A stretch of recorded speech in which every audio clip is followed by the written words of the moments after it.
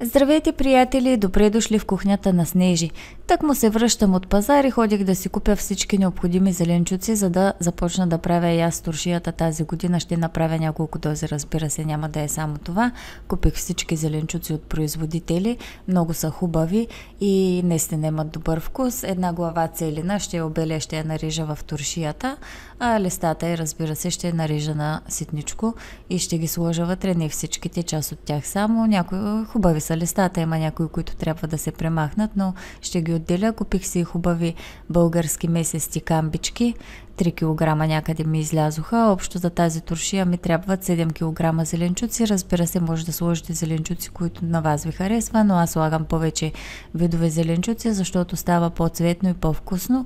Около 1 кг моркови взех и хубави зелени домати. Малко под килограм са ми доматите.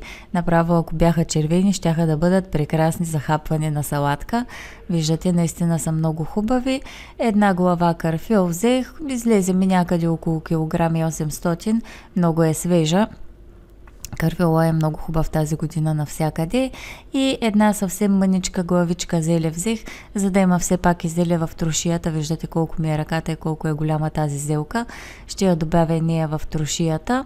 А за подправки ми трябват, разбира се, сол, захар и оцет. Аз използвам морска кристална сол, не всичката, разбира се. Захар си взех един пакет, който да добавя, и оцет. Оцета ми е винен оцет от 6%. Трябва да използвате хубав оцет за туршиите, за да се получат. Аз всяка година използвам от този. Това не е реклама, просто ви показвам това, което използвам. И сега ще започвам да си режа всичките зеленчуци.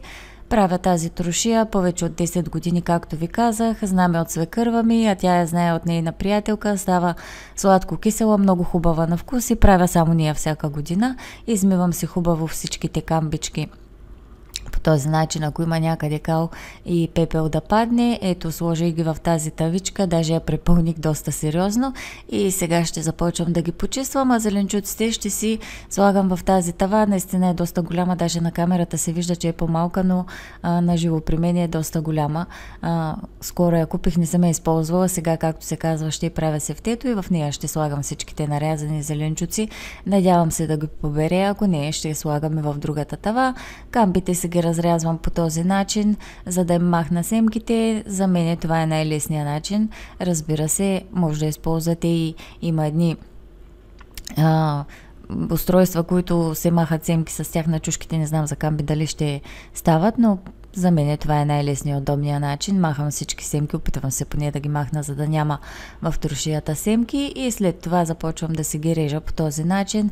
Аз си ги режа на парченца, мънички, виждате, не са много големи, за да може да стига всяко парченце за една хапчица. Разбира се, това е въпрос на вкус, може да си ги нарежете по-наедро, просто вкъщи така ги предпочитаме и така ги правя. Ето, виждате парченцата, колкото за една хапчица. След като нарязах камбите, разбира се, ги сложих в тази тавичка и започвам да се притеснявам дали ще ми стигне тавата, за да побере всичките зеленчуци, защото направо се напълни почти половината с камбите. Но ще видим, ако не ми стигне, ще слагаме в други тави. И сега продължавам с морковите. Морковите си ги беля с тази белачка, защото тя бели наистина изключително тънко с къдрав ноша и по този начин ми е най-удобно и лесно.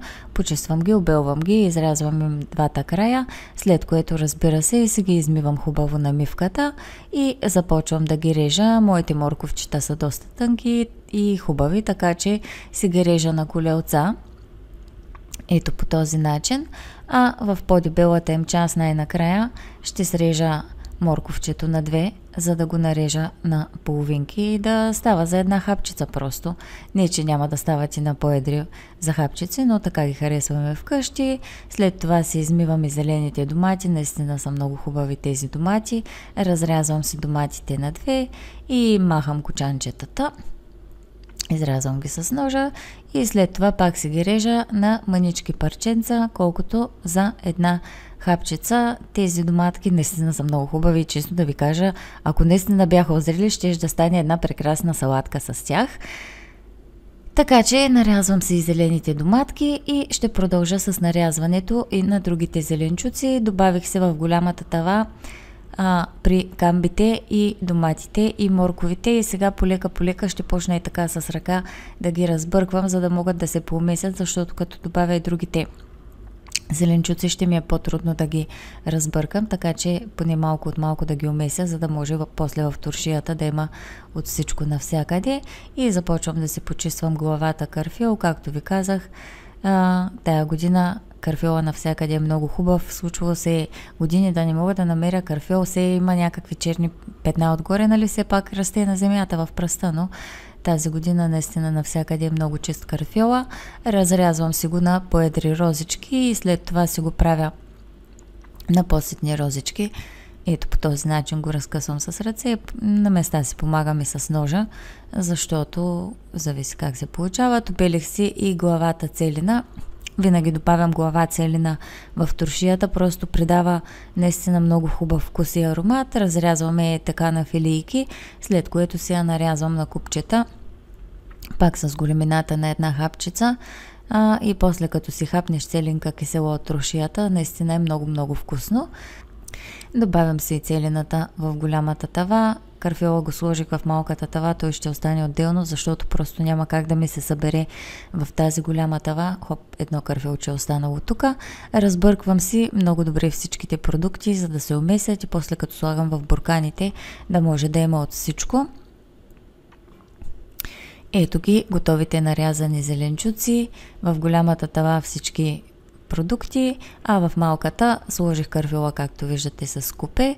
И сега е време да си нарежа и част от листата на целината. Няма да слагам всичките, дръжките ги махам, ще се ги оттеля за супа и си я нарязвам на по-едро. Както ви казах, имаше и някои листа, които не стават, но аз ги махнах и си ги измих много хубаво, защото по тях имаше малко кълчица. И е време да премина и към зелката, но тъй като ми се струва, че вече ми дойдоха много продуктите и ще ми останат, ще нарежа само половината зелка, защото все пак да има мъничко зеле в туршията, а пък останалата ще си я направим на салатка с морковче, ще стане много хубаво към някоя яхнийка. Нарязвам си зелето и го слагам в голямата тава. При останалите продукти ще го пообъркам малко колкото мога и ще се захващам с маринатата. Ето виждате, приятели, препълних тавата с куп, с зеленчуците. Стана много пъстро и цветно и ще се получи чудесна туршия. Както ви казах, правя я повече от 10 години. Наистина това е любимата ни рецепта за туршия. А сега е време да премина към приготвянето на маринатата. Трябва ми морска кристална сол. Аз използвам мерителна чаша, която е с вместимост 280 мл.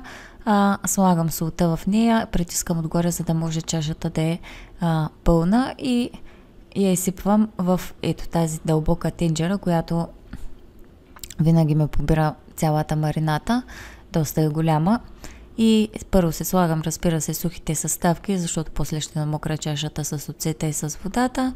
След като сложих една чаша сол, слагам и 4 чаши захар. Измервам ги хубаво догоре да е пълна чашата, за да може да се спази точната комбинация от мерителни чаши, нали, някоя да не е по-празна. Слагам всяка чаша при солта в тенджерата. Както ви казах, 4 чаши захар трябват. Разбира се, може да използвате и по-голяма мерителна чаша, зависи колко туршия ще правите. Аз правя 14 буркана, защото толкова събира моя казан и продължавам с 4 чаши оцет. Изтисквам хубаво оцета от шишето, за да напълня чашата и ще го прибавя в тенджерата.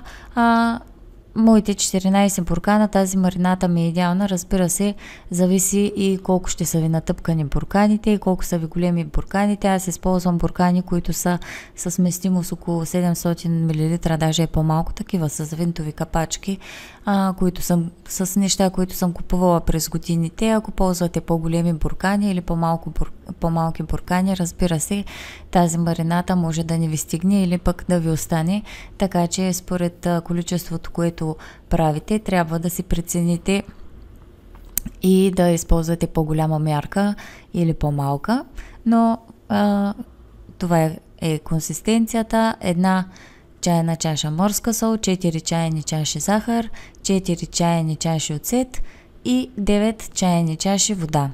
наливам всичките 9 чайни чаши вода, слагам един черпак, за да мога да започна да варя маринатата и ще я разбърквам от време на време, за да могат да се разтворят хубаво солта и захарта. Трябва маринатата да заври, след като заври изчаквам около 2-3 минути, няма нужда от повече и след това ще започна да си пълня бурканите. Ето, че маринатата ми завря, изчаках 2-3 минути, сега ще изключа котлона и ще се захващам с напълването на бурканите с вкусната туршийка за зимата. Приготвила съм си тук всичко на плота, за да ми е удобно, бурканите, маринатата, както и нарязаните зеленчуци. Аз, както ви казах, използвам буркани с винтови капачки от неща, които съм купувала през годините. 680 мл мисля, че събира един буркан, толкова е вместимостта. Но на мене ми стигат идеално 7 кг зеленчуци за тази туршия и тази марината. Ще ги натъпквам с ето това устройство, може да си ги натъпквате и с ръка. Но аз всяка година си го използвам, много ми е удобно и става много лесно. Така че да започваме да пълним бурканите. Слагам си, разбира се, първо от зеленчуците, после добавяме карфьол, редувам така, зеленчуци, карфьол, за да се умеси хубаво. Ще бъде да сложа всичко на едно място и да го объркам, но тавата ми не ги побра, може би трябваше да използвам един по-голям леген. И с ето това устройство ми е от една сокоизтисквачка, започвам да натъпквам, не използвам сила, не пресовам зеленчуците, не се притеснявайте, просто лекичко ги понатъпквам. Може и с ръка да го направите, но на мен ми е по-удобно с това. Изобщо зеленчуците нито се смачкват, нито се нараняват, нито се пресоват, не използвам някаква голяма сериозна сила, за да ги нараня. Слагам си зеленчуци, притискам леко с ръка. И след това пак започвам мъничко да ги натъпквам в буркана, за да може бурканите ми да са хубаво натъпкани, да побера всичките зеленчуци и все пак да не се получи като компот вътре зеленчуците да плуват в маринатата.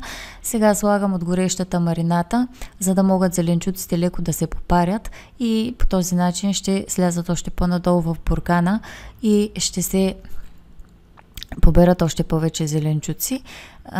Ето по този начин, виждате, съвсем лекичко ги притискам, след което си добавям още от зеленчуците и накрая, разбира се, ги допритискам, за да могат хубаво да влязат по тръпчето на буркана. Не трябва да са на тръпчето, на горното ръбче, виждате, за да не притискат капачката. Ето моя първи буркан е напълно готов. По този начин ще напълня всичките буркани и се надявам всичко да ми се събере, всичките зеленчуци. Ето вече напълних всичките буркани. Наистина събраха ми се всичките зеленчуци, но както ви казах, аз я правя от много години тази туршия. Остана ми мъничко марината, но по-добре да остане, отколкото да не стигне. Съвсем малко, както виждате. Зеленчуците ми се събраха идеално, останаха ми съвсем мъничко. Сега ще ви покажа. Ще си ги прибера в хладилника, тъй като след няколко дни ще правя още поне една доза и съвсем малко карфьол. Прибирам си ги в една турбичка в фризера и сега ще започна да затварям бурканите, но преди да започна да ги затварям, ще си избърша хубаво ръбчетата на всеки буркан, тъй като тук-там по тях има полепнали зеленчуци, както и от маринатата някои буркани се поуляха, така че трябва да бъде сухо ръбчето отгоре, за да може капачките хубаво да прилепнат. Забърсвам си така гърлата на всичките буркани и започвам да ги затварям. Става много лесно с винтовите капачки. Аз нямам чак толкова много сила, но наистина е много лесно. Никога не ми се е случвало да се затруднявам. Не изисква някаква сериозна сила.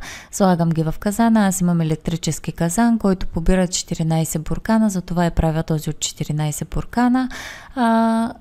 Сложи ги, налях водата да е на около 2 пръста над капачките, включвам казана и ще изчакам да заври. След като заври, изчаквам 4 до 5 минутки и вадя бурканите, варя ги само за капачка.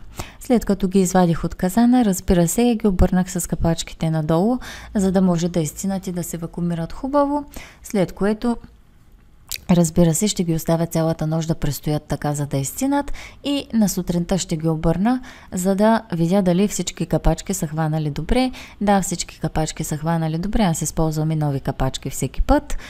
Благодаря ви, приятели, че гледахте видеото до края. Ще се радвам да ми напишете в коментар дали знаете тази трошия, дали сте я правили. Както знаете, царска трошия може да се прави по много различни рецепти, и с мед, и с олио, и с различни подправки, но аз правя тази от повече от 10 години. Знаме от свекърва ми, както ви казах, тя я знае от нейна приятелка, но това ми е любимия вкус. Става леко сладко кисела, наистина много приятна и вкъщи много я харесваме, затова и правя само този вид.